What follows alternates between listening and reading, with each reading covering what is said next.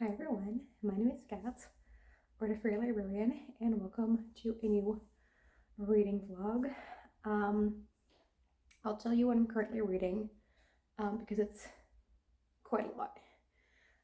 So like my main two books I'd say are The Stardust Thief by Chelsea Abdullah, this Lauren, and I'm really enjoying this.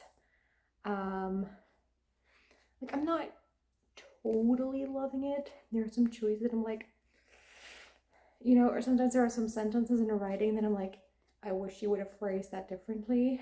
That just didn't sound super great in my head. And also just plot-wise, sometimes there are like little choices that I'm like, I wish you would have done that differently. But I don't think they're bad, I just think they're not my preference. But even with all those, I am still quite enjoying this. Then I'm also reading The Animals at Lockwood Manor, which is a historical gothic story, which I am liking. It's not very atmospheric for a gothic story, but yeah, I don't mind that much. Like, I'm still enjoying it, even if it's not that atmospheric. I had a theory in the last vlog, but since finishing that vlog, I read some more of it last night before bed. And part of my theory isn't possible anymore. Like, the details aren't possible anymore, but the main thing might still be true. I just need a different way for them to happen. So there's still a possibility, but it become a little bit more unlikely. I am about halfway. So yeah, then I'm also reading an audiobook, which is Beach Read by Emily Henry. I'm 80% in. It is a lot heavier than I expected. Like, the cover makes it look very like fun and cutesy, but it definitely deals with some heavy topics. And I'm also starting to get to a point where I'm ready for it to be over. I've been enjoying it, but it's starting to get a little long. I have 2 hours left in the audiobook, so I'll definitely finish that probably this weekend. And then the last is a short story collection that I'm slowly working my way through, just reading a short story here and there, which is The Mistletoe Bride and Other Hauntings by Kate Mosse, that I am quite enjoying as well. There has been one story that I wasn't a fan of, but other than that, I am quite enjoying this. So that's what I'm reading. I will definitely finish Beach Read this weekend, and then I'll start a new audiobook, and I'm planning to read Remarkably Bright Creatures by Shelby Van Pelt, which is a contemporary story about a marine biologist who develops a friendship with an octopus. It sounds a little weird, but I've heard really good things, like nothing but good things actually. I've heard it's quite emotional, and I've been wanting to try it, so that'll definitely happen. Like, that will definitely be started during this vlog. I'm gonna try to finish this as well. I also think that'll happen. I have 170 pages left. I'm not sure what I'm gonna read after this though. I have some options. I don't know. I think in Realmathon there's a prompt where you let a poll decide what you're gonna read, so I think I'm gonna do that. Because let me think aloud. I have the Discworld book for this month that I still need to read, which is Sourcery, that I could do. I think I'm gonna go with an emoji poll, just like not give them titles, just emoji, and go with things on the cover. So we have a crocodile down here, so I'll put a crocodile for this. Or what else? I have a nonfiction that I've been wanting to read, which is Twilight of Democracy. There's not much on the cover, but it's like sort of a night sky, sunset, twilight thingy. So I'll do a night sky for this. I have a lot of romances that I got from the library yesterday, so I could put one of those in the poll, and then I'll probably go with Get a Life, Chloe Brown by Talia Hibbert. I'll put a cat for that one.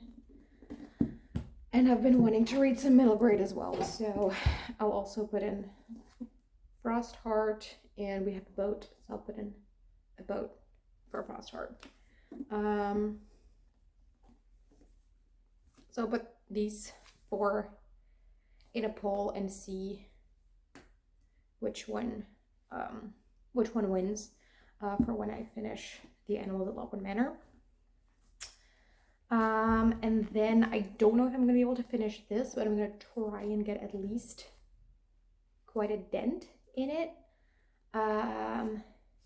If I manage to finish this, which I don't know will happen, but if, then I'll start The Will of the Many next. This is a book club book. So, and it is quite long. They're like pretty thin pages as well. So, I want to be able to start this in time. So, those are the plans for this week. I'll check in when I have an update. Bye. Hi, it is still Tuesday. I just got back from my first Hebrew lesson.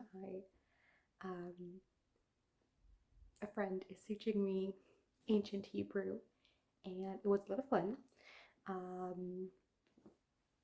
So I'm really happy with that because I've been wanting to learn it for a little while. And so I had the first lesson, and it was great. But I also have read a little bit more of the Stardust Thief. I'm halfway now. And I realized that in the previous clip, I was a little too negative on this book. Because yes, it is true that I have some, negatives, but I am really, really enjoying this book. I really like the plot. It's a quest story. I like quest stories. I really like the world building, both just the Middle Eastern inspiration for it, which I haven't really read before, and I really like it. So I do definitely want to read more Middle Eastern inspired fantasies, but also just like the world building of the specific book in general. There are these, let me show you. Throughout the book, there are these like pages that look like an ancient scroll that just like tell a legend and some like a myth about Jinn or one of the Jinn or whatever. And I really like those because we get some of the the legends, which I like a lot. And there are a couple throughout the book like that. Like the dark color does make them slightly harder to read, but yeah, that's a formatting thing. I still really like them. I really like our 3 main characters, and I was talking about, like in the last vlog, we have one of the POV characters is a prince of this kingdom, empire. I'm not sure. It's ruled by a sultan. Sultan. I'm not sure what the word is. We have this prince, who is also one of the POV characters, and so it was kind of, like it was. One could assume that he would go along with the quest, but there were things that meant that some sort of trick or whatever needed to happen for that to be possible, or like something, with the situation in the beginning that couldn't really happen. So in the last vlog, I said I didn't like the way it was solved, like he switched places with someone, and I didn't love it. And while I'm like not in love with that side of the story, I don't mind it as much as I thought I would. So yeah, I am really enjoying this. There are some really tense scenes in this where I'm really at the edge of my seat. I really think it's a good pacing, so we have like those moments, and then we go like a little slower so we can breathe for a little bit before we get an intense scene again. But the slow bits aren't too long. It's like, yeah, I think that the pacing is really good in this, so I'm really liking it. We learned some more things about the relics, which really intrigues me. So yeah, I'm really liking this. I'll probably read a little bit more tonight. But yeah, this is nice. Also, I mentioned I would do a poll in the previous clip for the next book to decide what that was going to be, and I have the results, and in Sourcery one by Terry Pratchett, so I'll be reading that this weekend. I think it'll be fun. I think it'll be relatively quick because the previous Discworld books have been that. I hope to have some more of like the laugh out loud moments, that I miss them a little bit of Mort. I'm not gonna lie, I still really liked it, but it wasn't as funny as say Equal Rights. That's my favorite so far. I thought that one was really funny, alongside other things. So I hope that Sourcery is going to be like that again. So yeah, we'll see. I'll see you when I have more updates. Bye. Hi, it is Friday, and I have some updates. I read some more of the Animals at Lockwood Manor. I'm now a little over halfway, and I'm really enjoying this. There were some reveals and some things were explained, and I really should have seen them coming, but I didn't. So like, it's a good thing. I was surprised, but they felt that they did make sense and that they were foreshadowed well enough, so that's good. Also, I'm like, I had a feeling before, but like now I'm really almost certain that Healey is supposed to be autistic. Like, the word is never mentioned, but she's definitely coded that way. So I do like that representation because I'm autistic. And I think it's done pretty well. Like, it's not super, like, it we get hints, but it's not super at the forefront. I'm also sensing that some romantic tension is happening between Hetty and Lucy. I'm not sure if it's gonna end up in a sapphic relationship, but I definitely think that the possibility is there. So that would be fun. So yeah, I am really enjoying this. I really want to know what Lord Lockwood's deal is, because he is a weird man. So I definitely would like some answers on him. I'm intrigued. I'm gonna continue reading this, and I'll probably finish this this weekend. I also finished Beach Read by Emily Henry, which I really enjoyed. I think it's a really good book. I might even have given it 5 stars if my expectations would have been set right from the beginning. It was a lot more like hard-hitting and heavy than what I expected. I expecting something like more cutesy, like rom-com almost type of deal, and that wasn't what I got.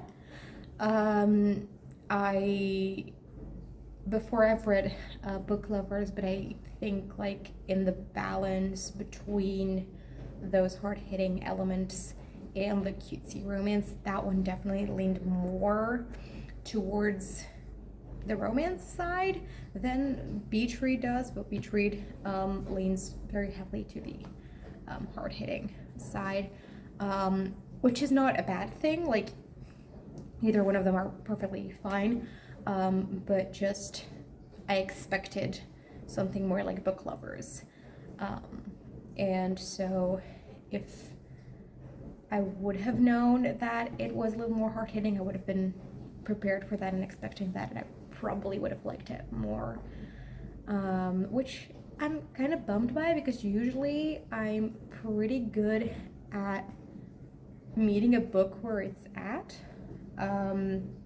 So like if I notice early on that it's not doing what I thought it would be doing, like I can just go with whatever it is that it's actually doing, and it's usually fine. But for Beach Read, I had a harder time with that. So that's why I'm going to give 4 stars. If I did go in with the right expectations, it probably would have been a 5. But I still enjoyed it. I still definitely recommend it. So yeah, let's go to the points. Let's figure out what we're gonna do. Let me pull it up. Hang on.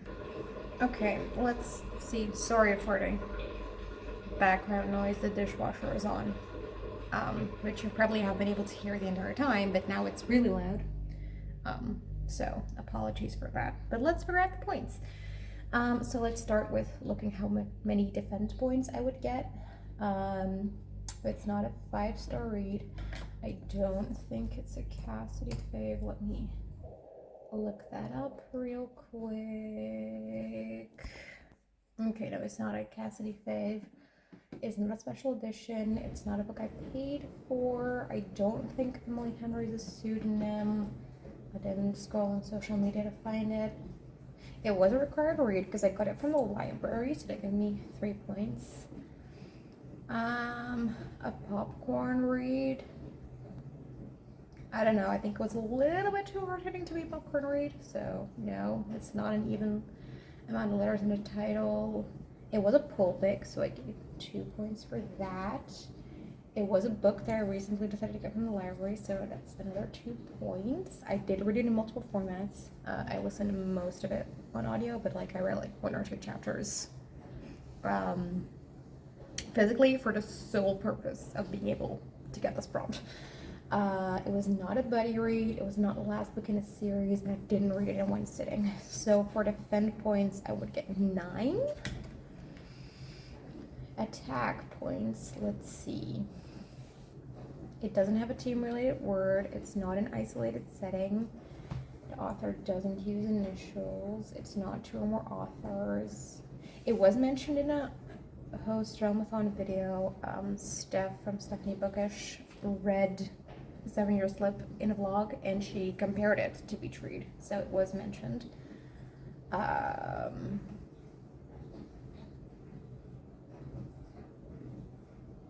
So that's 4 points. It wasn't a spinner reel pick. It wasn't an anti-recommendation. It's not a one-word title. I don't think it is published before 2018. Let me check. No, it was published in 2020. It does feature romance, like pretty heavily because it is a romance. It doesn't feature revenge. It does feature death because our main character, her father, recently dies. It's not a new to me author. It's not multi-POV, and it's not the author most recent release, so it would get 8 attack points. So that means I'm gonna defend. And then in terms of bonus, for the length, on Goodreads that it's 400 pages, so that means that I get 10 extra points. It was not a school setting. The edition that my library gives me, and I'll show you, hang on. This is the edition that my library gives me, so it is more than 50% blue, because usually, like, you don't have these stripes. But this is what my library app. So, it does count for that, so I get 10 points for a blue cover. Where's my pencil? Well, it doesn't really matter. And then, there's my pencil. It doesn't have an animal on it. Well, does the Penguin Random House logo count? I'm not sure. Oh, that's my finger. Does this count? I don't know. Probably not. I maybe should ask. That's another 10 points, but I don't know. I don't think it should. I won't count it. So that means that I have 29 points total for this. So that was the points. I am going to start a new audiobook because if you're a regular watcher of the channel, you know that I don't read a ton of audiobooks, but I'm now kind of in the mood. And I was going to start Remarkably Bright Creatures by Shelby Van Pelt, but then I wanted to get it from the library, and someone else snatched it right in front of my nose, which rude. So I have to get another one. But in good news, yesterday my hold for the audiobook of Bookshops and Bonedust came in like a lot earlier than expected.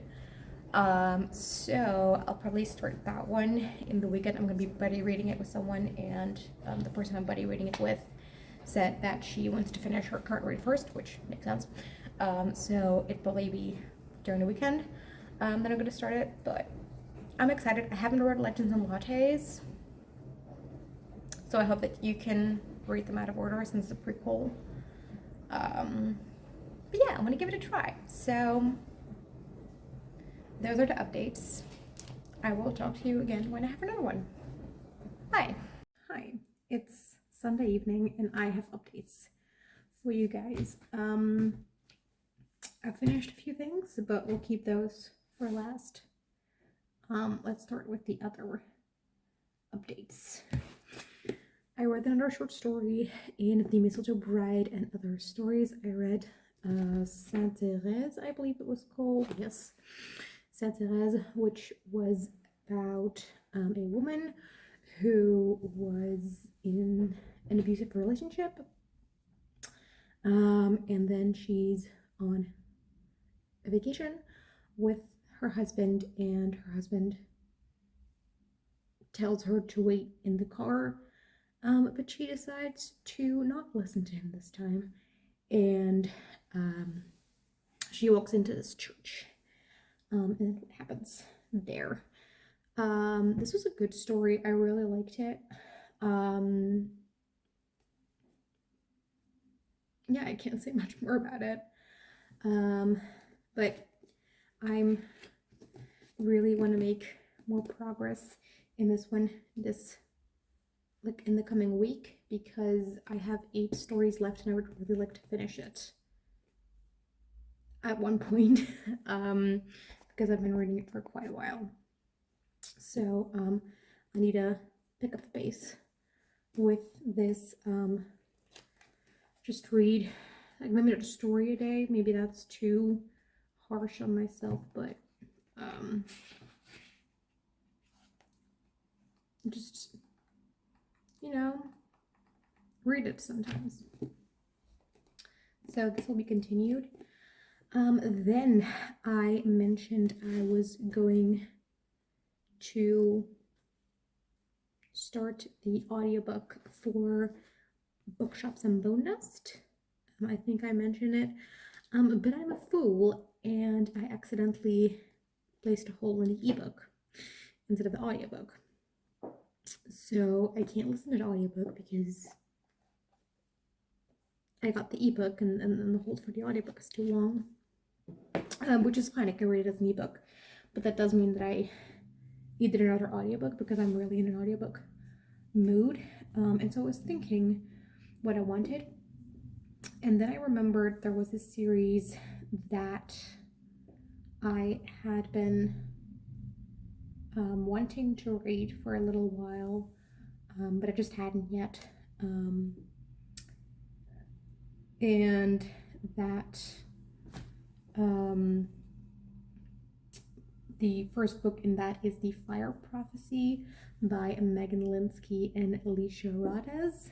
I think that was how her name was pronounced in the audiobook. Which is a YA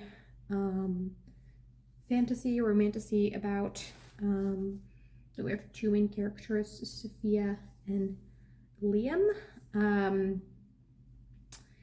And in this world we have elemental magic, and so there are 4 tribes. So the water tribe, the fire tribe, the earth tribe, and the air tribe. And Sophia is actually part of the fire tribe, but as a baby she has been stolen by a water tribe family. And so they never told her that she was magical. She always just thought that she was a normal, non-magical human. They told her sister that she was a human that they adopted. And then Sophia was a human that they adopted, not the sister. To hide the fact that they had stolen this fire child, because there was this prophecy about this girl in the fire tribe. I'm not sure what the prophecy is yet. We don't know that at the point where I'm at. About a little under 2 hours into the audiobook now.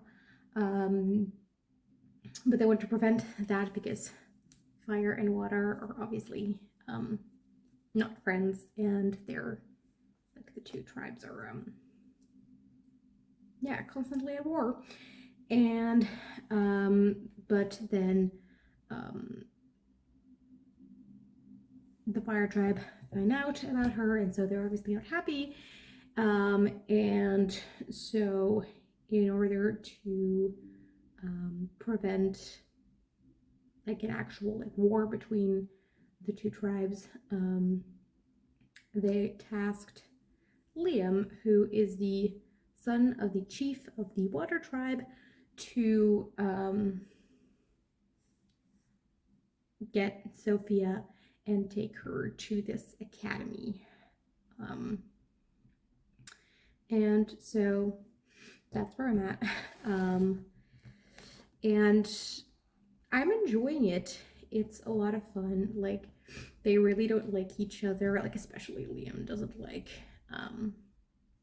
Sophia.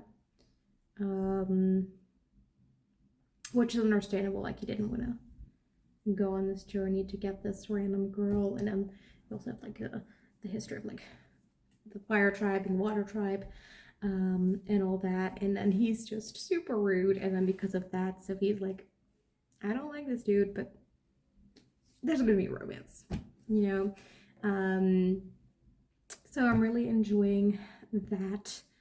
I'm liking the world building in it. So they are descendants of the Hawkeye tribe, which is a Native American tribe as far as I understand, but that sort of that had this elemental magic, and then they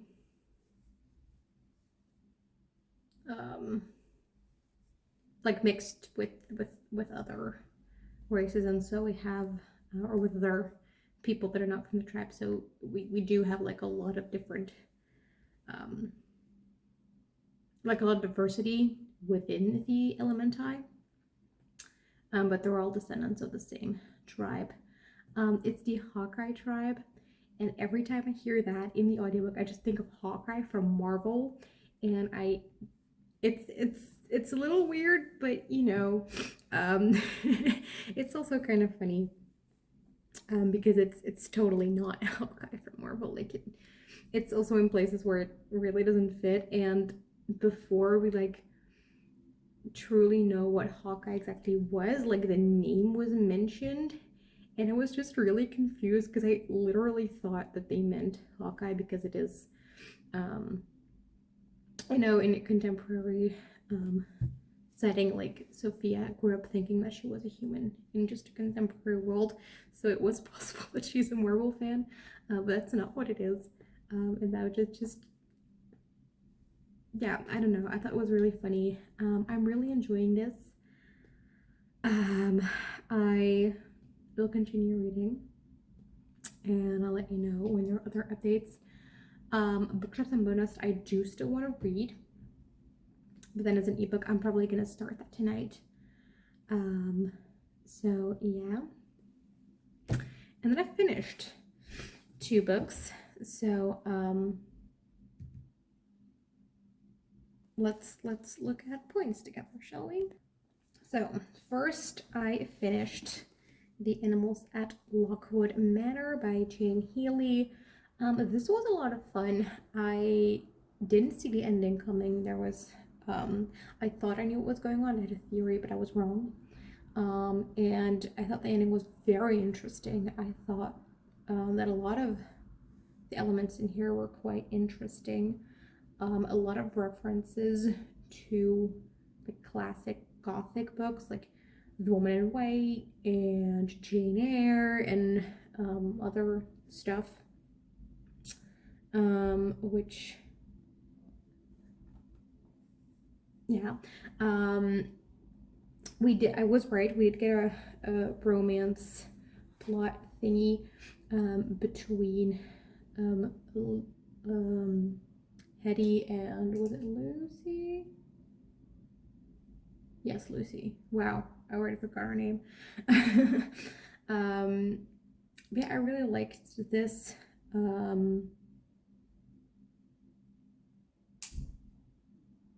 The ending surprised me, as I already said. It doesn't have a happy, like everyone, life is great for everyone and they lived happily ever after, like as happens in Gothic books. I still do think that while it hits a lot of Gothic tropes and has a lot of references to these Gothic stories, I do think it doesn't have the atmosphere that you might expect from a Gothic book. And I think that has to do with the fact that the setting is not as isolated as is typical in Gothic stories, or didn't feel as isolated. I'm just thinking what I can say without spoiling things. I think those are most of my spoiler-free thoughts.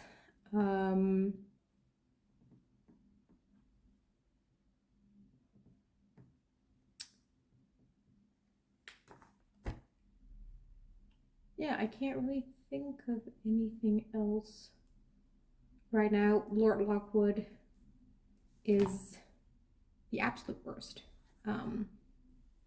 Hate him.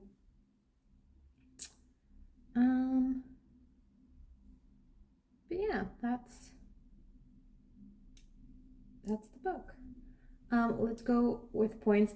I decided to not just like go over both attack and defend point together because it was like a bit too much of, you know. So I already looked at the points and the prompts, and I decided to attack with this one because I would get the most points with this for attacking. Because I will go over the prompts that it hits and tell you the scores for that. So first of all, we get points for the page count. This is 348 pages, which means that I get 10 points for that, which are automatically positive points. Like, you only get positive points for the pages. It has a primarily blue cover, so I get 10 points for that. These are attack points, and it does have animals on the cover because we have a lot of birds. We have the panthers down here, so that's another 10. So those are the bonus prompts, and then on to the actual prompts. It does have a team-related word in the title, because it is for team creation. In the rules, it says like life also counts, and we have like animals, which is definitely like life related. So that is another 5.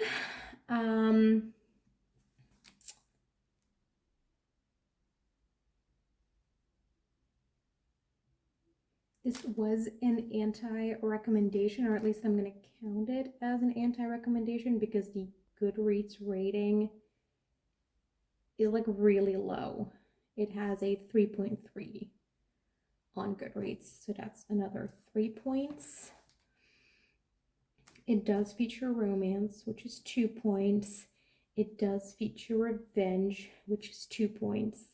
It features death, which is again 2 points, and then I'm at 5.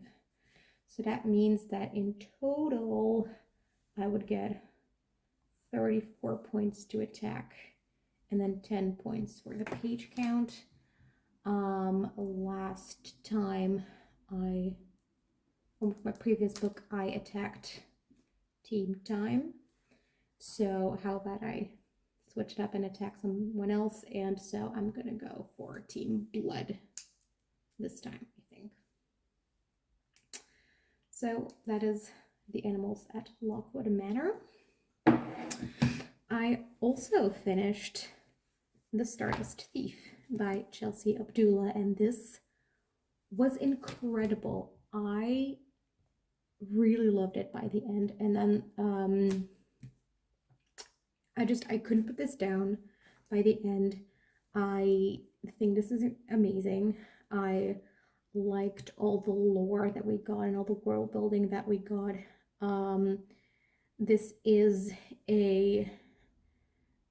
inspired by 1001 Nights, which becomes more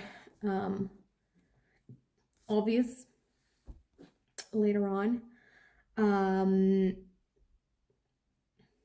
I really liked that. It talks about the power of stories and, remembering people after they're dead and passing on their stories after they're dead, and thereby keeping their memory alive. I really liked the twists and turns in this.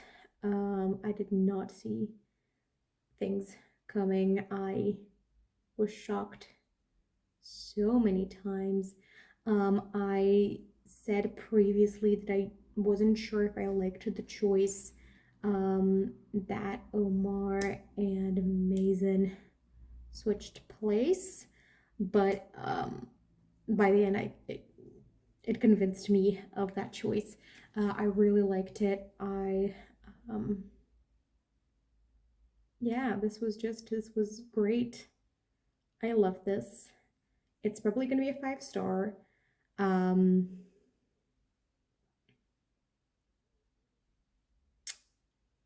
So, yeah, I love this. There was something else that I wanted to say, but I forgot.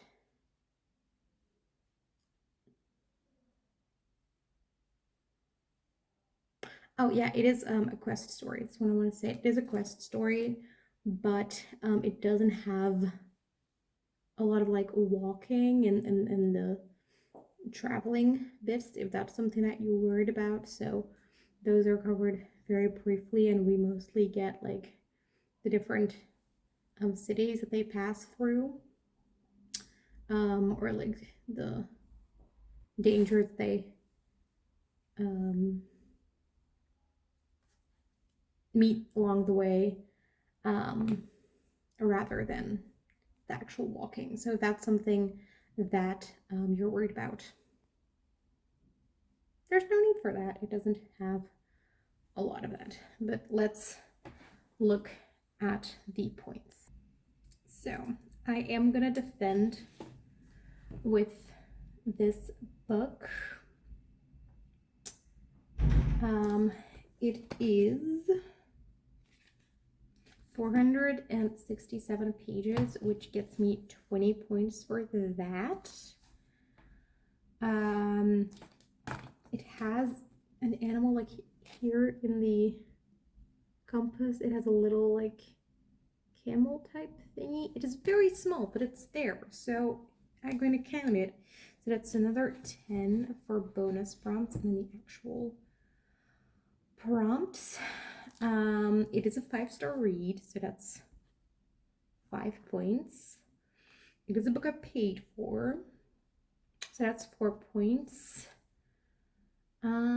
It is a required read because this is a buddy read I had planned for this month already, so that's 3 points.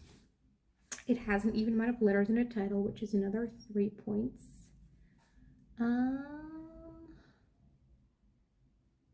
And it was a buddy read, which is 1 point, which means that I would get 64 points total, if my math checks out.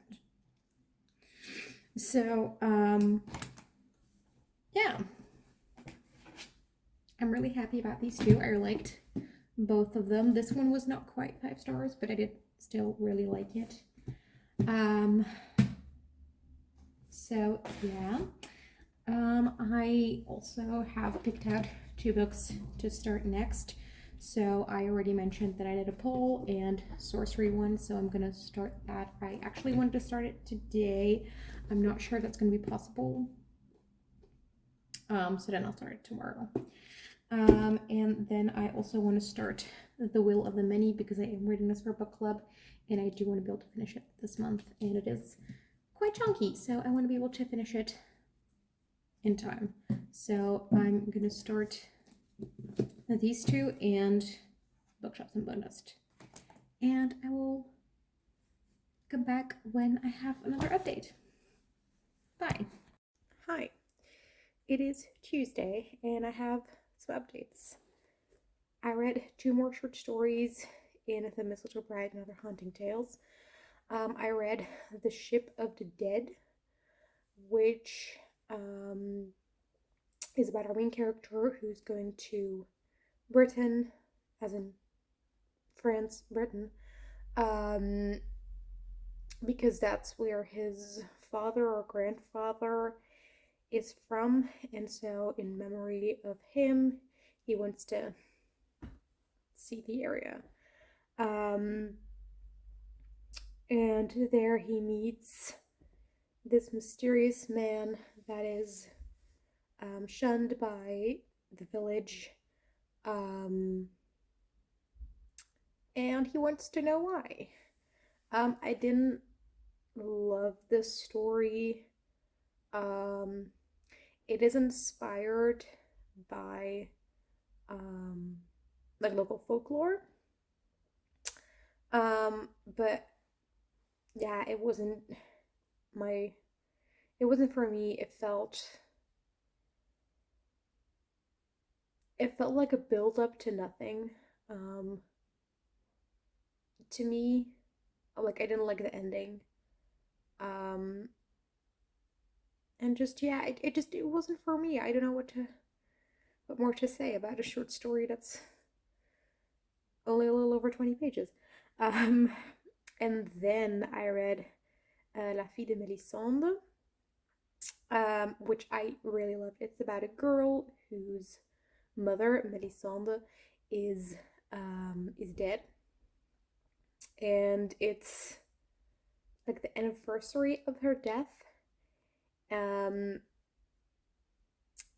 and her mother is also uh, part of this legend or this folk tale about her. And so we learn about it, we learn what happened, and things go from there. I did really like it.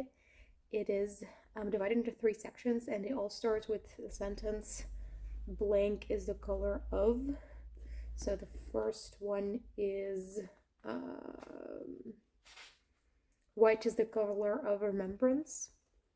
And so we have like the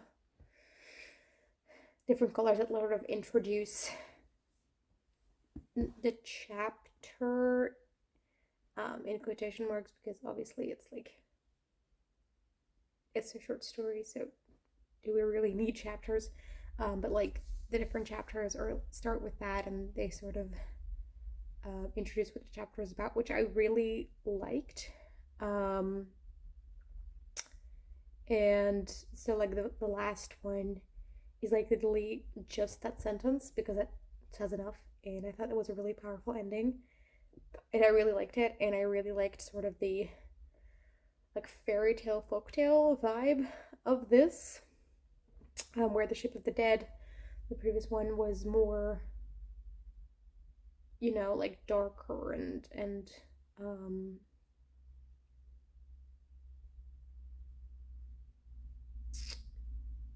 yeah, I don't know, more this the La Fille de Mélisande felt a bit more whimsical, I guess. um I don't know how to describe it. But yeah, one that I didn't love as much, one that I really loved. I'm making progress in this. I don't think I mentioned this yet.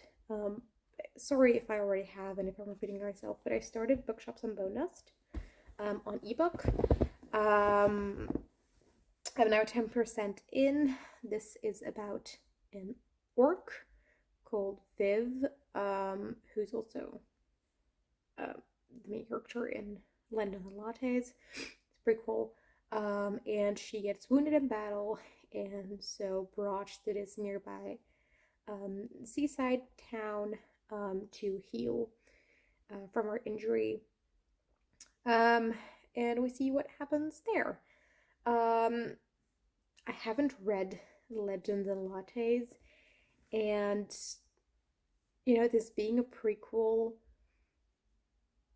like you can read it without Legends and Lattes. Like I don't have problems, but it's just like things happen, like the story gets going pretty quickly. There's not a lot of build up to it, which I think is because we already have Legends and Lattes to be introduced to this character and stuff like that.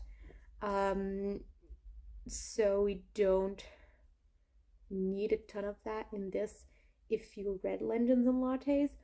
So like the pacing of this is a little weird if you haven't read Legends and Lattes first. But I expected that, and it's fine. I don't mind it. So yeah, this is fun so far. It does feel cozy. So I'll read more of this. Right now, I'm going to do a little reading session where I'm going to start with The Will of the Many. I'm so excited for this. So I will probably talk to you tonight or tomorrow morning to end the vlog and tell you how my reading of this, or like the little bit that I managed to get done now, went. So, see you then. Bye. Hi. It's Wednesday, and I'm here to wrap up the vlog. So, since we last spoke, I did start The Will of the Many. I'm 3 chapters in, and I'm quite enjoying this.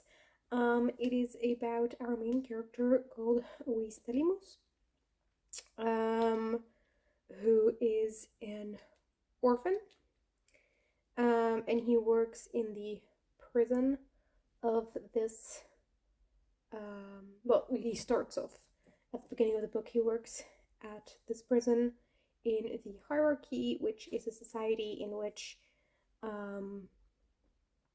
you have sort of 8,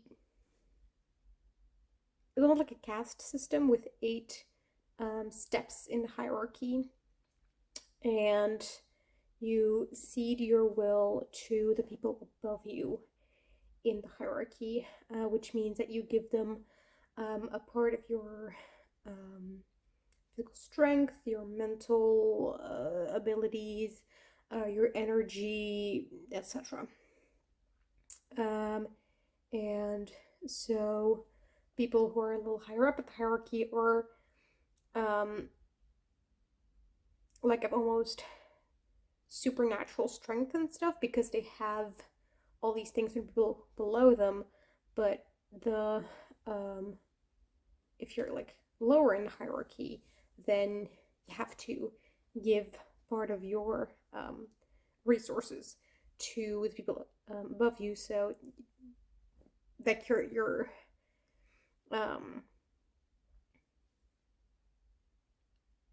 to like a part of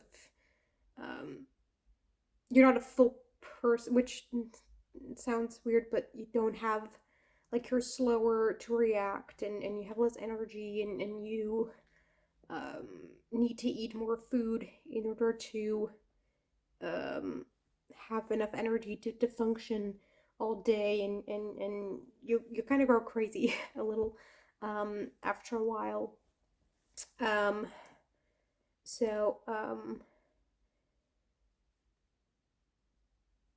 I've heard that this is a school setting, and so I assume that he's not gonna continue to work at this prison. He'll go to this like academy probably. He is only 17 at the beginning of this book, which means that he doesn't have to cede his will yet, because that you only have to do that from 18 up. So yeah, he hasn't experienced that, but that's probably gonna happen within this book. So yeah, I think it's interesting. It starts off really dark. The first chapter is really dark. And